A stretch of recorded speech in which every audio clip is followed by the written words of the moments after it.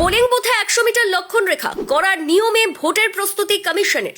আসন্ন West Bengal election 2026 কে সামনে রেখে রাজ্যে জোরদার প্রস্তুতি শুরু করেছে ইলেকশন কমিশন অফ ইন্ডিয়া। শান্তিপূর্ণ ও স্বচ্ছ ভোট গ্রহণ নিশ্চিত করতে একাধিক কঠোর পদক্ষেপ গ্রহণ করা হয়েছে। তার মধ্যে অন্যতম হলো প্রতিটি পোলিং বুথের চারপাশে 100 মিটার জুড়ে লক্ষণ রেখা টানা। কমিশনের নির্দেশ অনুযায়ী প্রতিটি বুথের চারদিকে সাদা চক দিয়ে 100 মিটার পর্যন্ত সীমারেখা নির্ধারণ করা হবে। এই নির্দিষ্ট এলাকার মধ্যে শুধুমাত্র ভোটারদের প্রবেশাধিকার থাকবে। অন্যদিকে বুথ লেভেল অফিসাররা এই সীমার বাইরে থেকে ভোটারদের নথি যাচাইয়ের কাজ করবেন। এবারে নির্বাচনে প্রযুক্তির ব্যবহারেও বিশেষ জোর দেওয়া হয়েছে। রাজ্যের বিভিন্ন সিসিটিভি ক্যামেরার ফুটেজ সরাসরি মুখ্য নির্বাচনী আধিকারিকের দপ্তরের কন্ট্রোল রুমে পৌঁছবে। এতে ভোট প্রক্রিয়ার উপর নজরদারি আরো কড়া করা সম্ভব হবে বলে মনে করছে কমিশন। এছাড়াও ভোটারদের সুবিধার্থে বিতরণ করা হচ্ছে ভোটার ইনফরমেশন স্লিপ। এতে ভোটারের নাম, ঠিকানা, ভোট কেন্দ্রের অবস্থান, ভোটের তারিখ ও সময় সহ একটি মানচিত্র দেওয়া থাকছে। দ্রুত তথ্য যাচাইয়ের জন্য যুক্ত করা হয়েছে কিউআর কোড। দৃষ্টি প্রতিবন্ধী ভোটারদের জন্য ব্রেইল সম্বলিত বিশেষ স্লিপের ব্যবস্থাও করা হয়েছে। কমিশনের নির্দেশ অনুযায়ী প্রতিটি বুথে ওয়েবকাস্টিং বাধ্যতামূলক করা হলেও বাস্তবে কিছু সমস্যাও সামনে এসেছে। বিশেষ করে কলকাতার